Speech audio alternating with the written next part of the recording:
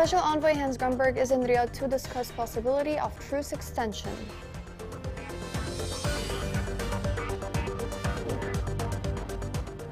The United Nations says that civilian casualties mount due to landmines.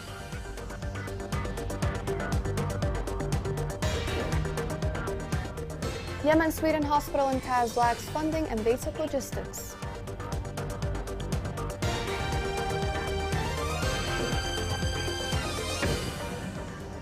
Welcome to Yemen Today TV. This is the English news of me, Shazad Bilbay. The Yemeni government negotiating team announced that it received a new proposal from the UN Special Envoy for Yemen, Hans Grunberg, regarding the extension of the truce. Nabil Jamal, a member of the government team, pointed out that opening the main roads in Taiz and paying the salaries of employees in militia-controlled areas comes at the top priorities of the UN proposal. As the truce is set to end after a few days, UN Special Envoy Hans Grunberg has intensified efforts to push for an extending agreement. The UN diplomat has landed in Riyadh, where he discussed with Yemeni and Saudi officials the need to expand the truce. This report has more details. United Nations envoy to Yemen Hans Grunberg arrived in Riyadh as part of efforts to expand the truce in Yemen. The nationwide truce is set to expire on the 2nd of October. It was first adopted in April and has since been twice renewed for a 2-month period each time. Official sources said Saudi Ambassador to Yemen Mohammed bin Saeed met with Grunberg on Monday. He stressed Saudi Arabia's support to United Nations efforts to expand the truce with the aim of reaching a comprehensive ceasefire and a political solution. Grunberg had suggested to the Yemeni government and the Iran-backed Houthis for proposals to expand and improve the truce, including extending it for more than 2 months at a time. He has yet to receive responses to his proposals. In his latest statements, he remarked that results cannot be reached if there is no political will on the part of the Yemeni parties, and this is necessary for success. The Yemeni Presidential Leadership Council is not opposed to making concessions that will favor people living in areas controlled by the Houthis. However, the militia's failure to commit to their pledges regarding the reopening of routes to besieged Taiz city remain a main obstacle in the extension of any truce. The Houthis, for their part, continue to impose new conditions with the aim of achieving political and economic gains. They have already exploited the truce to loot resources and oil derivative revenues and recruit new fighters. The Yemeni government estimates that the Houthis managed in the past 6 months to reap 200 billion riyal from oil derivatives at Hodeidah port. Moreover, the army has accused the Houthis of committing thousands of violations of the truce that have killed and injured around 1,200 civilians and soldiers. The United States said that the Houthi militia remains the only obstacle to reaching an agreement to expand the humanitarian truce in Yemen. The U.S. Special Envoy to Yemen, Tim Linderking, said in the assembly meetings in New York that if the Houthis cooperate, the employees' salaries will be paid. Linderking repeated his country's commitment to support all efforts made to reach an expanded truce. Oman appealed to all Yemeni forces to move beyond the painful past and focus on a promising and a happy future. Oman's delegate made it clear in a speech before the United Nations Assembly that this matter must be based on the agreed references, including the Gulf initiatives, the outcomes of the Yemeni-Yemeni dialogue, and relevant UN resolutions.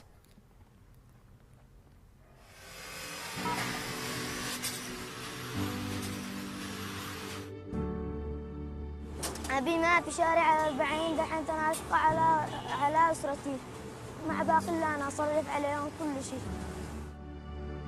أنا اسمي أنس وصيب سيف عمري 12 سنة. أنا أشتغل بورشة حديد من الساعة 7 للساعة 6. أحيانا أسرع، أحيانا أقص، أحيانا أرنق، أحيانا أنقش، أي حاجة أنا أعمل. لا الساعة لما تدين الساعة 6 أوقف. أنا وقفت الدراسة عشان ما في حاجة يشقى على أسرتي. أدرس إخواني الباقي من أنا 4 وأنا الخامس. أحلم إن أفتح ورشة أبي وأشقى على أسرتي وأندي لهم مصاري. وأدرس أخوتي الآخر الجامعات وأطبخ أي شيء.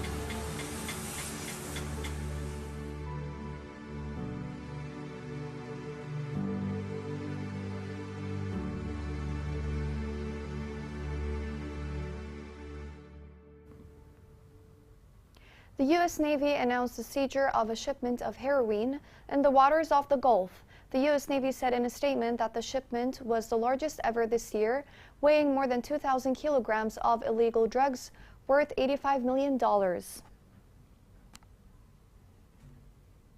The military media of the joint forces reported that the monitoring units documented more than 100 new violations of the Houthi militia on the western coast in the past 48 hours. It added that the militia's violations in Hais, south of Hodeidah, amounted to 76 violations in Al-Barah axis, west of Taz. The militia's violations amounted to 40, including shooting from machine guns and attempts to create fortifications. The UN mission to Hodeidah warned of the dangers of mines in the port of Hodeidah. UNMAHA said more than 200 civilians fell victims to the remnants of war since the joint forces were repositioned in November 2021 until now.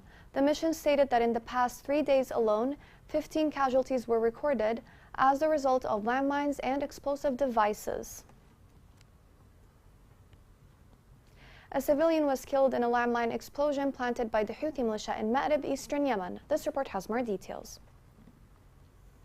A UN mission has announced that landmines and explosive ordnance continue to result in mounting civilian deaths and injuries in Yemen's Red Sea port city of Hodeidah. The UN mission to support the Hodeidah Agreement said in a statement that since the shift of the front lines on November 12, 2021, 242 civilian casualties consisting of 101 deaths and 141 injuries have been reported in Hodeidah due to landmines and other explosive remnants of war. The toll serves as a reminder of the devastating impact that war remnants have on the civilian population of the governorate.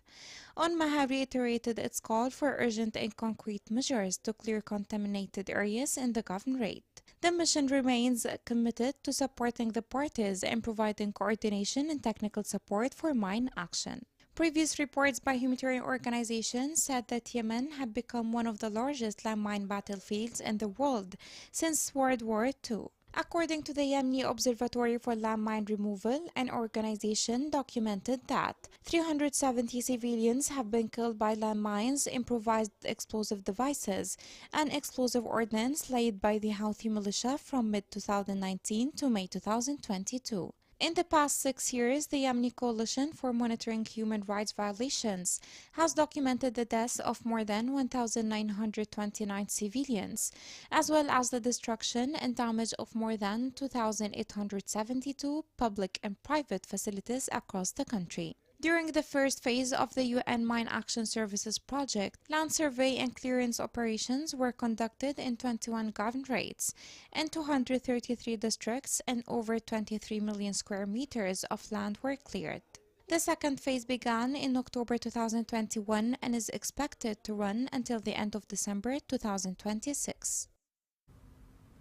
While the Yemeni Swedish hospital was a haven for thousands of citizens and families with low incomes in Taz and some neighboring governorates, it turned due to the absence of specialized doctors. This report has more details. Athmar Jamil, a 6-month-old child, grapples with heart disease in this intensive care unit. She is caught between life and death, the beeping machine an indicator that her heart is still beating. Earlier that week, the child Amr Khaled drew in his last breaths, and Hala, an occupant of the adjacent bed, followed suit. We had 2 sick patients who needed artificial ventilation. Unfortunately, we don't have the ventilators to carry out the treatment, and the children passed away. This tragedy occurred due to the fact that the children were too sick to be transferred to a different hospital, and to the expenses required to carry out the transfer. The Yemeni Swedish Hospital for Maternity and Childhood in Taiz lacks modern medical devices and equipment, especially ventilators, and suffers from a lack of medical solutions and inpatient beds, specifically in the premature and newborn department. Only 20 children occupy these beds, and dozens of cases are not accepted due to the limited number of incubators, a miserable reality that puts the lives of patients in danger. نحن نعاني من مادة الديزل. We are in shortage of diesel oil, oxygen, liquid oxygen and modern machines. The machines we have are 20 years old and worn out with age. Some incubators are almost 25 years old. If it weren't for the intervention of charitable organizations, this hospital would have been out of commission. The Yemeni Swedish hospital receives hundreds of patients daily, as it is the sole hospital concerned with providing maternal and child services in Taiz. Halting any of its medical services is tantamount to condemning the poor, the needy, and those with limited income to death. My daughter has been here for 8 years. I can't afford the treatment. I can barely afford to provide food for my family. While the hospital is witnessing a dire humanitarian situation that threatens the lives of thousands of children, its administration affirms its quest to save these children's lives. Coming next in the news.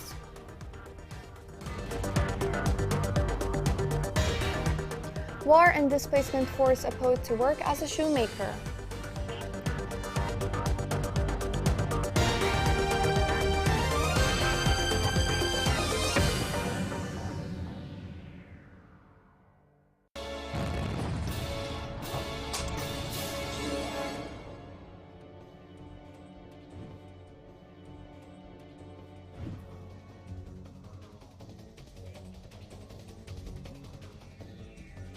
أقول لك راحت بالغداء لأهلها شلت الغداء وراحت بأهلها في المزرعة، والمزرعة ركبت على حمار ما حتى نص المزرعة وانفجر فيها اللغم، دعست على اللغم وانفجر فيهم.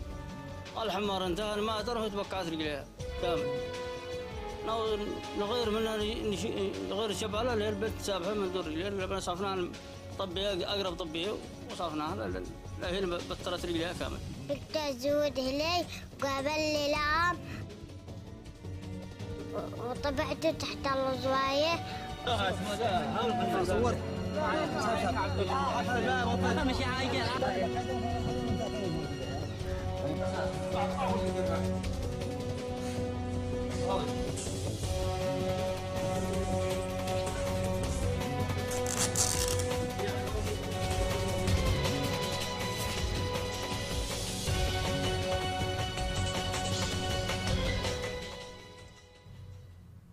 Welcome back. The United Nations reported that more than 200,000 people have been affected by heavy rains and the floods since the last week of August in 14 Yemeni governorates. This report has more details. Over the reporting period, OCHA services recorded a decrease in floods in several governorates compared to July and August, when heavy rains triggered severe flooding in vast areas across the country. However, areas such as Ma'rib and Hajja governorates were battered with thousands of families impacted. According to reports, an estimated 231,000 people were reported to be affected by floods in 120 districts of 14 governorates between the 25th of August and the 18th of September. With the rains and floods, explosive remnants of war threats to civilians reportedly increased, and partners underlined the need for mine action and awareness in areas hit by floods. In August, 80% of the country received heavy rainfalls, with a cumulative amount of about 2,500 millimeters, which was 45% higher than the rainfall experienced in August 2021, according to the Food and Agriculture Organization. However, FAO early warned of the first 10 days of September indicated a few governorates receiving 100 millimeters of cumulative rainfall. Slowing rainfall amount denotes the flood season is ending. The low intensity of floods signaled the end of the rainy season, with impacts generally limited. However, preparedness and resilient building activities are needed to be strengthened to prepare the community for the next flood season while mitigating the impacts. As for the mitigation process, humanitarian partners assisted more than 7,300 households with some form of assistance over the reporting period. However, due to funding shortages, response gaps were reported, with limited or exhausted resources and relief supplies. 8 partners directed resources from existing programs to respond to the immediate need of people. However, more support is needed to address the long-term needs and rehabilitation.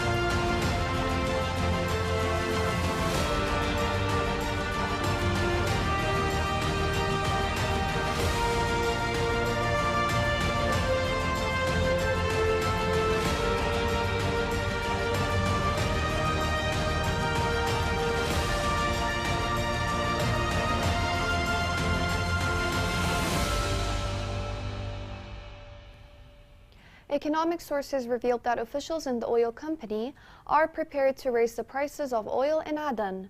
The sources said the fuel crisis is a made-up one, indicating that private stations opened their doors to drivers for limited hours and then closed them. They pointed out that there is more information that officials of the Aden Oil Company and fuel dealers are matting up the fuel crisis as a way to raising its price. Many employees in government sector found another way out of the tunnel of poor salaries and wages in light of the current economic crisis. This report has more details. The difficult living conditions that the country is going through have forced many state employees in different sectors to return to the agriculture sector, cultivating many crops with the aim of improving the living situation in light of the continuing crisis of high prices and the suspension of salaries and the collapse of the national currency exchange. I worked as a teacher here in this district. I've been teaching for 25 years, but after the Houthi control and the chaos that spread across the country, I turned to agriculture in order to secure some money to cover my family's needs and overcome the suffering that we are going through. Employees say that wages have become insufficient for the requirements of their families, and that investment in agricultural work has helped them a lot in improving their financial conditions and finding alternatives to cover the low wages. Because of the current circumstances that the country is going through, being a teacher here does not provide a proper income to get our basic needs. I had to go back to work in the agricultural sector in order to provide a living for my family. We're planting sweet potatoes here in this area. In the time of adversity, the land represents a good source of income for the human beings in Yemen, who lean their back on it to help them face the difficulties of life. With the miserable living conditions, the hands of these government workers have contributed to creating a better reality in order to enhance the lack of salaries that are no longer worth anything, and in front of the insane high prices and the continued collapse of the national currency. Amid 8 years of war in Yemen, art cannot find a room to thrive. The circumstances in the country led one poet to switch into a shoemaker to earn his living. This report has more details. After fleeing from this place repeatedly in search of salvation, he returned to it as a migratory bird returns to its nest, and as a small child to his mother. It is Suleiman Tanam's hut, built from the remains of stones, wood and junk. Here Tanam family, consisting of 8, lives a life of misery, fatigue, and the calamities of eternity that seemed clear on their faces. As for the miserable life I am going through, we are suffering dire living conditions. I have no job, and I live with my children in this hut, on a land that is not owned by me, so the owner can kick me out at any time, and I don't know where to go. Since suffering generates creativity, the poet Suleiman Tanam was born and blessed with a beautiful poetic talent. Decades ago, he began writing poetry in popular parts of Yemen.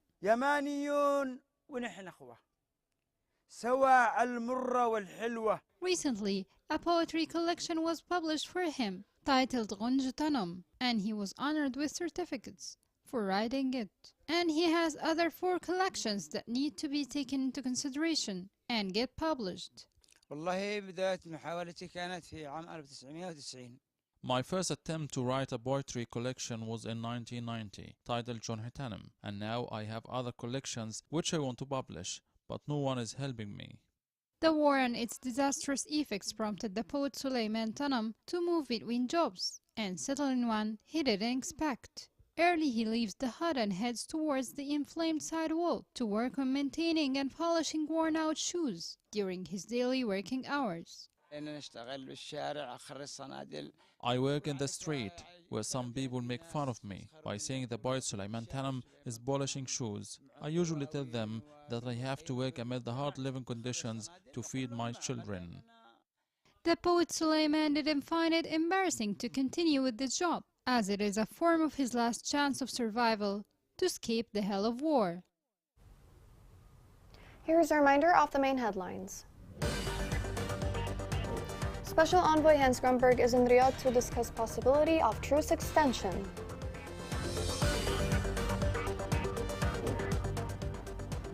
The United Nations says that civilian casualties mount due to landmines.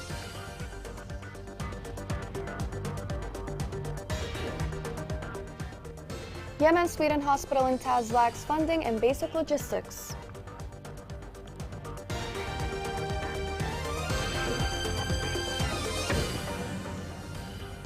This is the end of the news. Thank you for watching.